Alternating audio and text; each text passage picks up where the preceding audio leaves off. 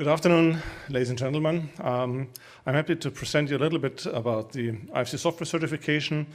I'm talking about the status of the certification 2, which is dealing with IFC2X3, and the certification version 3, which is dealing with IFC4. And maybe depends on how regularly you have visited these meetings here. So some of the slides you probably know, but since there are always also new people coming in, I tried to bring everything together so that you have an overall image. Okay, we can skip this.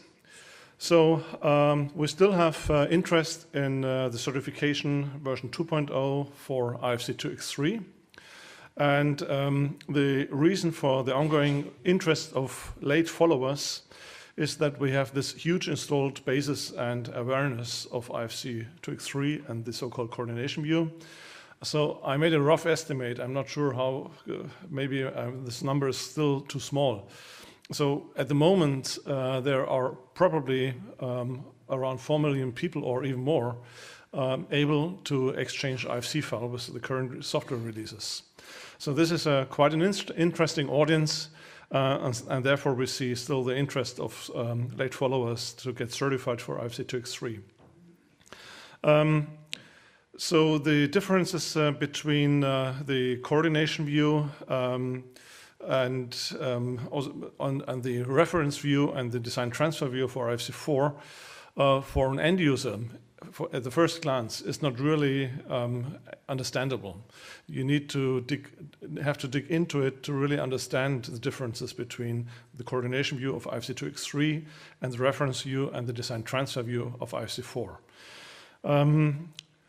Yeah, and all major vendors are supporting it, and it's quite stable in the meantime.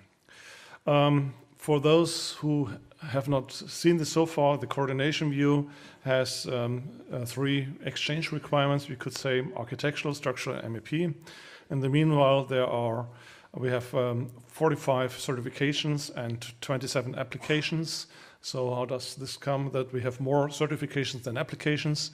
Some applications are only import, others only export, and some are import and export. So therefore we have this multiple certifications also per application.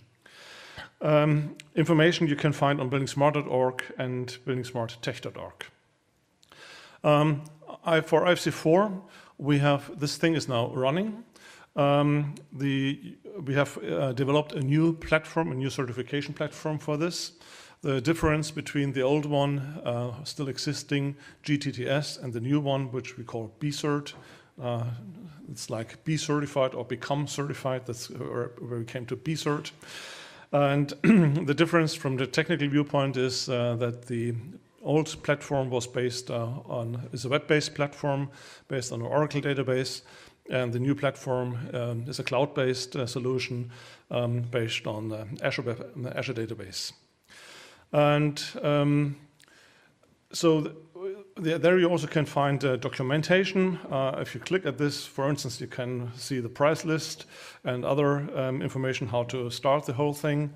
And there's also internal information. So as soon as you're registered, then you see also a lot of internal documentation, also programming interfaces and so on. Regarding the pricing, we have 2 different goals in mind.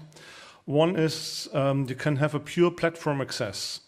And the price to get the platform access is about the same price as what you had to pay for the old IFC2X3 certification. So if there is a software company which just wants to test itself and wants to make quality assurance for its own application, then maybe the platform access is just what they need. If they say we don't need the certificates and we don't need this auditing and we don't need any support, then here that's what software vendors can get access to. With this, if they work properly, they can achieve the required quality. Of course, it is not checked. What we've experienced was that the cost or the price for the old certification was way too low. for the manpower which we have to invest, especially for the auditing. So therefore, if you run for auditing and if you want to have support, there's a higher price. And the price depends on whether it's import, export, import and 1 export, import 2 export, import 3 export. We had discounts for the first 5 and discounts for if you started before 30th of September. Both discounts are now over, which is hopefully good for us who need the money. And so it's now the official charges. The IFC4 certification was under preparation since 2015. We had a pilot test in 2016. And then we had a lot of debate on pricing. And finally, we started in June this year. The information, as I said, is on buildingSMART.org. And this time we are starting with 2 view definitions. The so-called reference view is less than the coordination view, and the so-called design transfer view is a little bit more than the coordination view from IFC2X3. However, this IFC4 design transfer view needs a little bit more elaboration. I will talk about this in a minute. We have more automated testing. We have improved test cases. We make extensive usage of MVD XML. And so the cloud platform is also supporting BCF. So those software vendors who have BCF already implemented in their applications, when they are in the auditing process and the auditors have comments, then they can synchronize this through BCF with their own applications. I'm not going too much into detail here. You have access to the slides. So I just made a comparison what changed between the very early attempts of certification, which we had in 2005, which was more an ability check, while then with the IFC2X3, we had the first real quality check, and now we have an improved quality check. So if you have time, you just can read through this table and you can see which are the differences. Just to remind you how the whole thing works together. So ideally, when you would like to exchange information, BIM information with IFC, you should start with an IDM, and the IDM is collecting all the different exchange requirements, and then the technical response to the IDM is the model view definition, which is defining a subset of IFC. And this is actually what we need for certification. The model view definitions for IFC2X3 were more, let's say, written in process as a process specification. So it was basically human readable only. And in addition, we had a lot of Excel sheets. And we already had the XML, MVD XML prototype there. And now this became improved for IFC4, which means for IFC4, we have now a computer or machine readable model view definition. This model view definition can be used to drive and to generate the automatic testing tool. We are using it to configure the certification platform, and software implementers can also use it to trigger their software interface. So if you have a software interface, IFC software interface with a wide scope, you can use MVD XML as a sort of filter. So that you then can support specific purposes for BIM information exchange. I don't go into detail of this slide. You also can read through this later. So this is for those who are more interested, what is an MVD? And I just, let's say, wrote down the most important points, what is part of an MVD. So if you want to have a better understanding of what is in this, you can read through this. You also can find all this stuff on IFC Tech. However, it's maybe not too easy to read it. For IFC4, we are even making test-specific model view definitions. So we're using this technology to generate specific tests for each test case, which means for each test case, so maybe we are focusing in a test on walls, then we make a model view definition which just contains walls, or walls and doors, and then it contains walls and doors. And with this, we can then, with this test-specific model view definition, we can drive the generation of the testing tool. So here again, how the whole thing fits together. And so what is important to understand is that even if you have a model view definition, the model view definition is representing quite a scope. So if you say you have a model view definition for design transfer, the design transfer is different if you exchange information from architect to MEP or from architect to structural. Maybe it's even different if you exchange information for hospitals or for, I don't know, prisons or whatever, or sports stadiums, even there. And it could be even different maybe in different states of the project. So then we can come into all this LOD discussion. So at the end, an IFC file is always representing a specific exchange requirement, a specific purpose.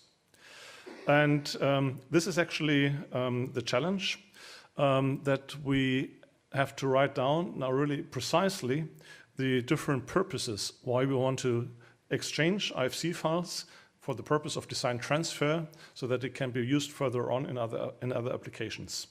So ideally in future there should be, in the software interfaces, there should be, when you say IFC export, is there something coming? Let's see how far it reaches. A very small spot.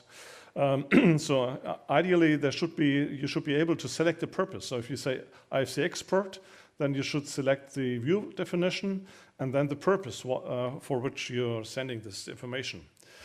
This would be the ideal situation. So for the reference view, it is quite clear what we need there because we already had a lot of experience with the coordination view. So therefore, we already started now the certification for applications which are supporting the reference view.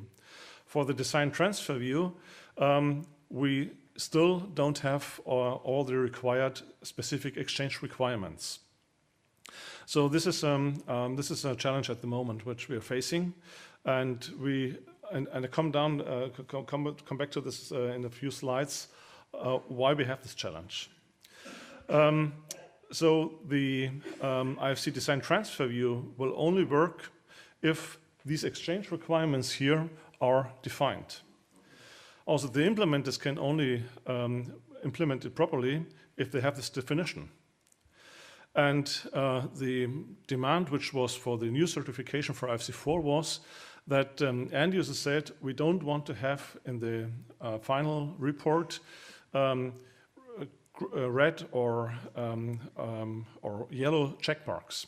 So in IFC2X3, if you look in the reports of certification, you find that the application is certified even though they have a red check mark. So if they don't support something because their application is just not capable to do it, then we say this application can support IFC2X3's coordination view up to a certain extent, but end users maybe would not expect doors in this application, so therefore it's okay if this application doesn't export doors. And this on the other side, of course, is confusing because if you want to exchange information from application A to B, and one application A has red check marks and the application B has green check marks, you actually have to look into the reports to find out what matches and what not. So for the ordinary end user in daily practice, this is really difficult to understand. Who really takes out the reports and makes this comparison? So therefore, end users said, in the new certifications, we only want to have green check marks, which means we have to be very strict what we are certifying and what not. So therefore, we need to be more precise in the exchange requirements. So we have the choice here. Either we are more tolerable in the exchange requirements, then we will have green and yellow check marks again, then we can start certification. Or we want to be very strict, we only want to see green check marks, then we have to swallow this rock. We have to define the exchange requirements. So the status is we started certification with the first 5 applications. They registered, they already started to upload their files. We have 2 vendors, 2 more vendors who registered for the platform access. And yeah, as I said, the challenge at the moment is to define these exchange requirements.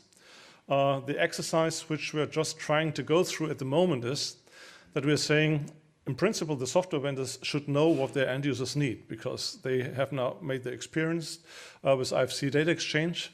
So at the moment, we gave ISG, the implementer support group, the task to actually make a proposal for such exchange requirements based on their experience. It turns out that even this is work. So some people have to sit down and really have to work longer than just one day. My proposal is we have to establish a real project with a real project manager, a team, and a budget. I think otherwise we will not succeed in this. And this is also not a thing which is just going away or which we have to do just once. We will face this problem again and again. So whenever we are in different scenarios where we want to exchange BIM information, we will always have the challenge to really define what we want to exchange and for which purpose.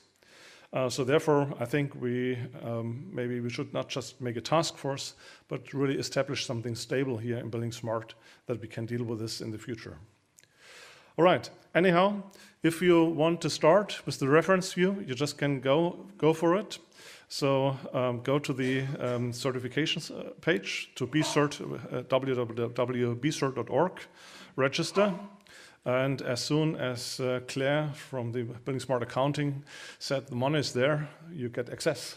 Thank you very much.